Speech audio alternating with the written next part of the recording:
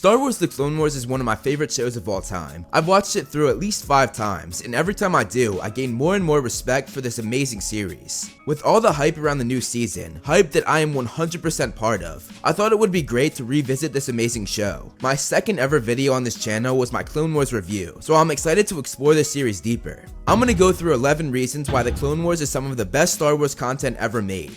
This list is in no particular order. It's not ranked, it's just a list. There are going to be a lot of spoilers for this series, so there's your warning. Now let's get started. Someday, this war is gonna end. Then what? We're soldiers.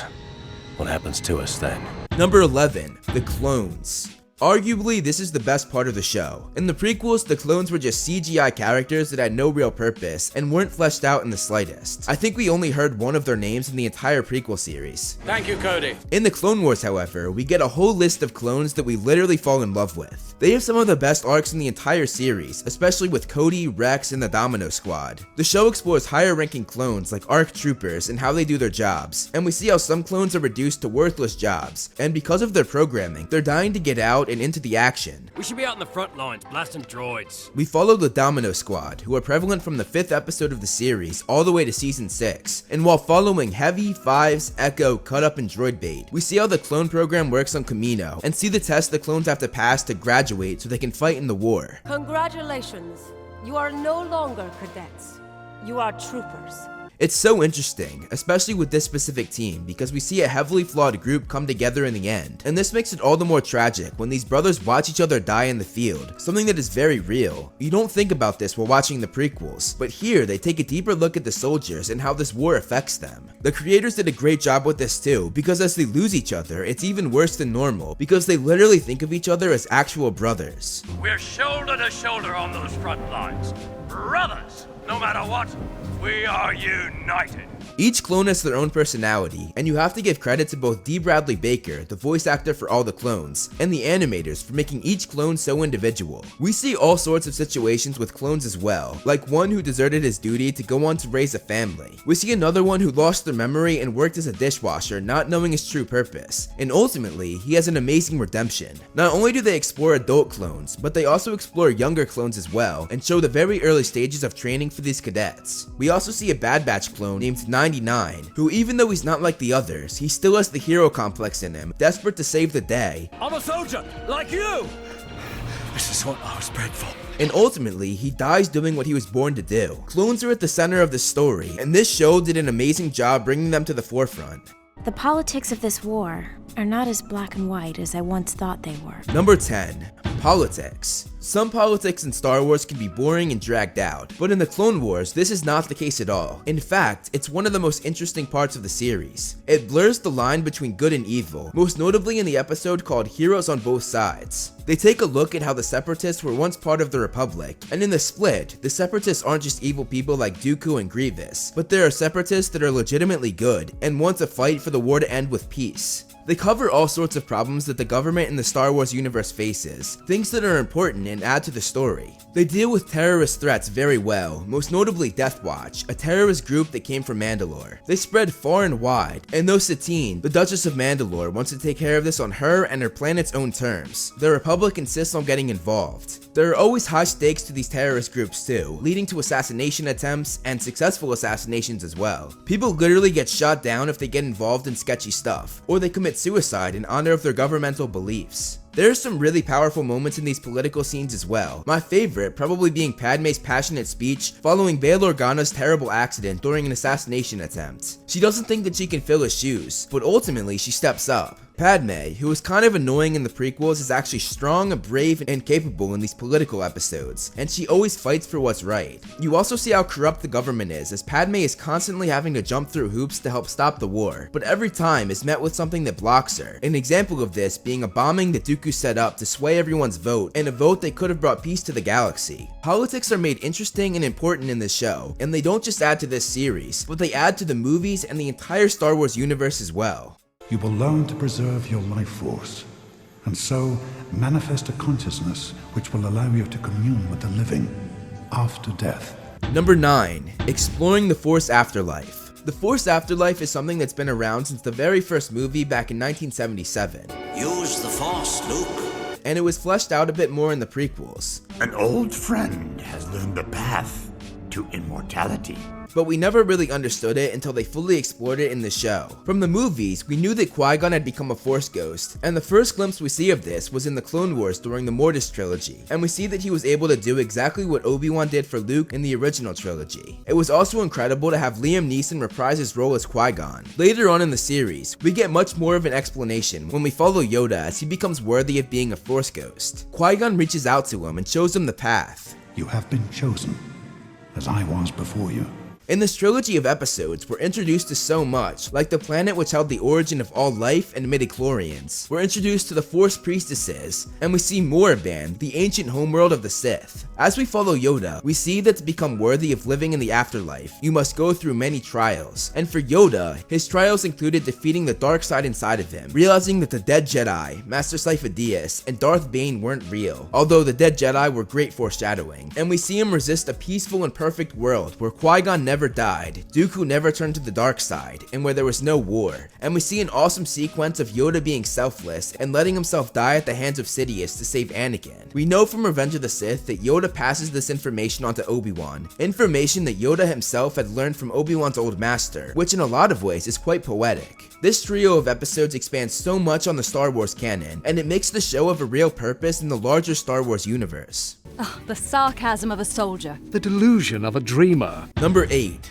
ObiWan and Satine. Obi-Wan is a fan favorite. He's my favorite character, and a lot of people share the same opinion. He's beloved by so many, and his story has been expanded in the prequel trilogy, the comics, and many books, but I think the best expansion on his character has to be in the Clone Wars. And why is that? Well, he's amazing in the series, but the thing that sets the Obi-Wan in the Clone Wars apart from his expansions in other media is his relationship with Duchess Satine. They have such great chemistry, and some of my favorite episodes involve the two of them. I didn't want to worry you.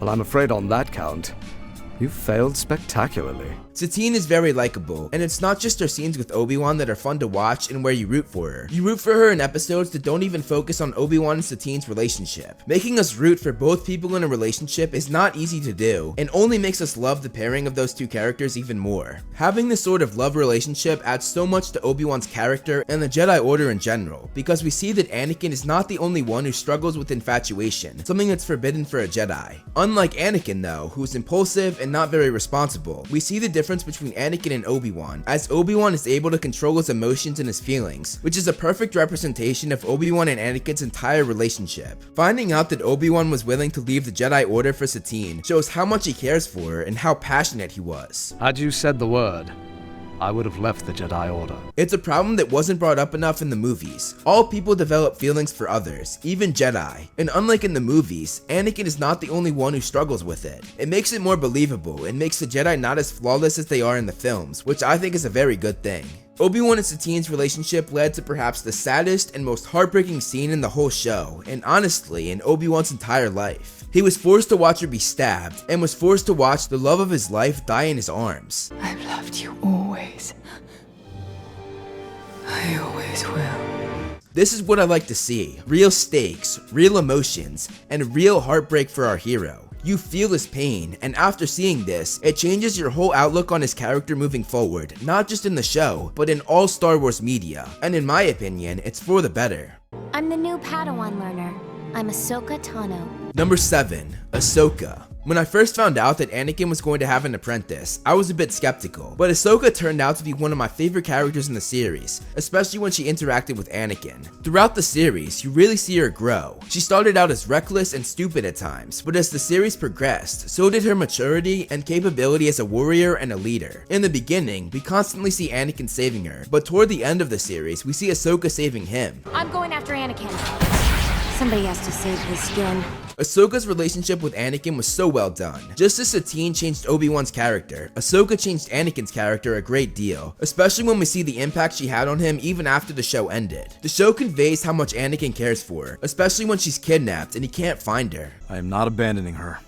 Your emotions are clouding your judgment. I will not leave her fate up to others. We also see how Anakin struggles with letting her go, and this is something that plays off episode 2 with Anakin's mother, and at the same time foreshadows how he struggles with letting those close to him go in the future with Padme. We also see how Anakin's dark side rubs off on Ahsoka, and we even get a very interesting scene where the future Ahsoka talks to the present day Ahsoka. You may never see your future if you remain his student. Despite the warnings, however, she adores her master, which is one of her best qualities, but also one of her worst. Either way, we see how one looks out for the other, probably more so than the average master and Padawan, which is really interesting to watch. It's also very interesting to see how both are very skeptical of the Jedi Order, and ultimately, they both leave the Order because of this. And this is the arc for a character that always sticks out to me, when Ahsoka left. These are some of the best episodes in the series, and you really feel for Ahsoka and how she struggled with no one believing her. And once again, Anakin is the only one there for her. When she left Anakin at the temple, their exchange was so meaningful and had so much foreshadowing. I understand wanting to walk away from the Order. I know. This was one of the most heartbreaking moments in their relationship, and it's just another reason why Anakin turned to the dark side. Because she left, it had a big impact on Anakin leaving himself. It gives us more reasons to see why Anakin turned out the way he did, and adding this moment to the Star Wars canon makes Anakin's turn much more meaningful and understandable. Ahsoka adds so much to the series, and if it wasn't for the Clone Wars, we would not have gotten this incredible character. Build your own lightsaber, you shall. But first, harvest your crystal.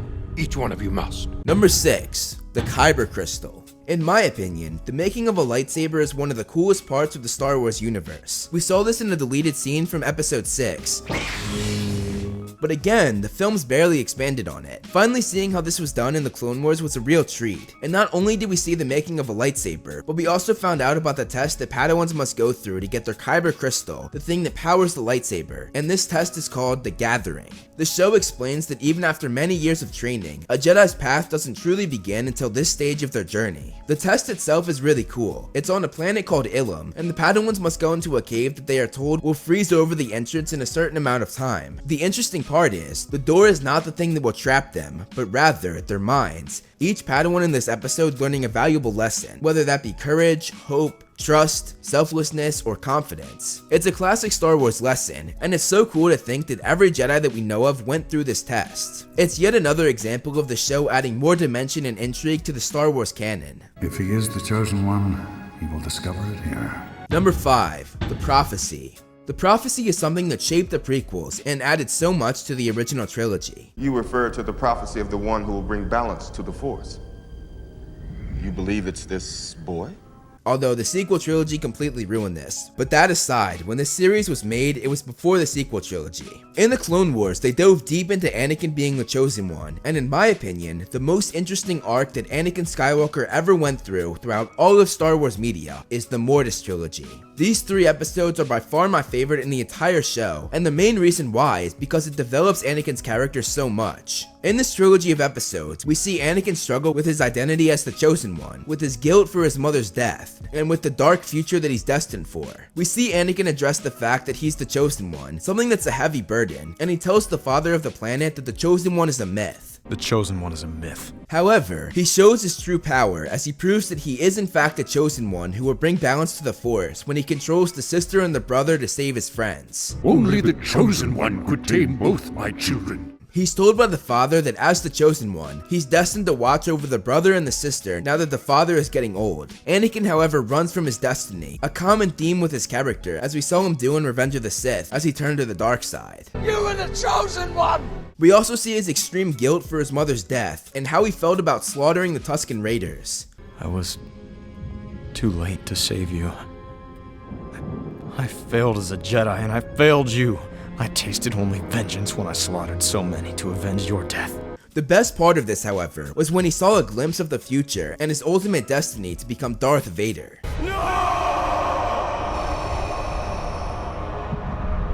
And the most intriguing part about this is we see Anakin not want this to happen. I've seen what I become, and I cannot let that happen. This reinforces the fact that the thing that turned him to the dark side was his fear of losing Padme. The creators of the show knew that Anakin was not the same person as he was in Revenge of the Sith at this point in the story, and he would do anything to stop himself from turning to the dark side. The show continuously blows me away with how well they understand each character, and it makes for some amazing stories, and the best one they ever did in my opinion was focusing on Anakin as the Chosen One in this trio of episodes.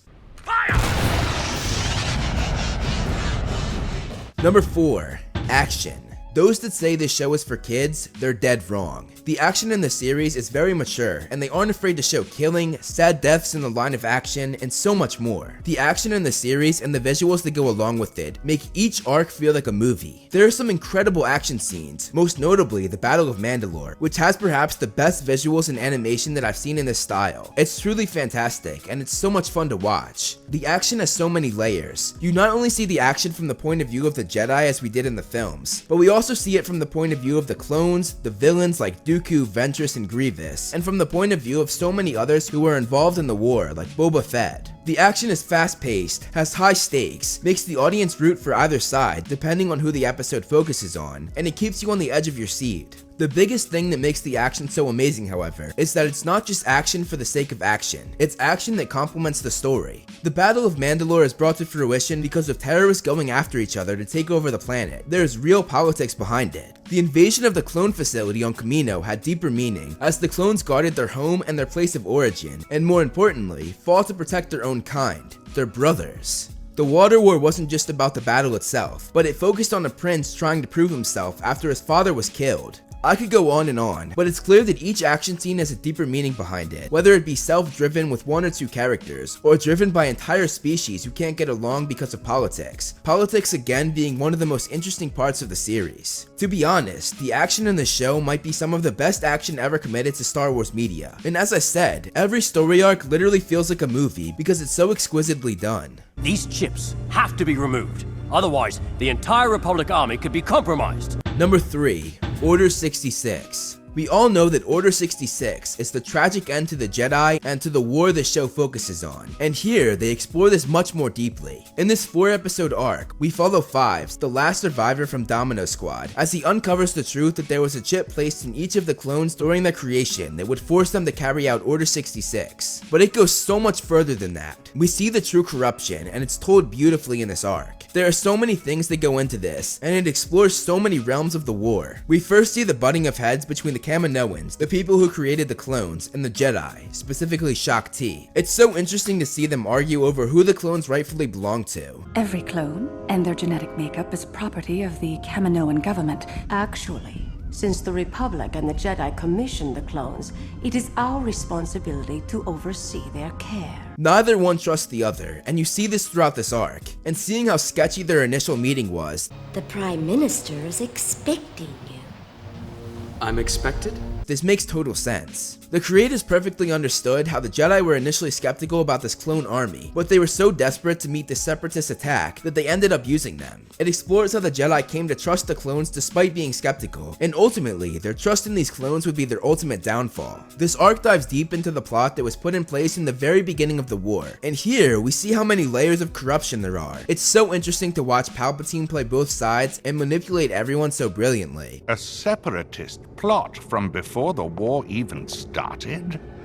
That seems unlikely, don't you agree, Master Shaak-Ti? It was also very intriguing to see that the Kaminoans knew of this Order 66 plot, but they too were manipulated by both Palpatine and Dooku, and they do everything to ensure that the Jedi and the clones don't find out about this, proving that they were never truly on the Jedi side, but instead were hiding so much from them. We see lies stacked on top of lies as the corruption builds and gets more and more complicated. It's so much fun to watch because we as an audience know the outcome of all of this. Following Fives for this arc was so smart because we follow a clone that we all know and love, and it's really hard to watch him get framed for all of this when we know that he's right. What I'm mixed up in, it goes all the way to the top.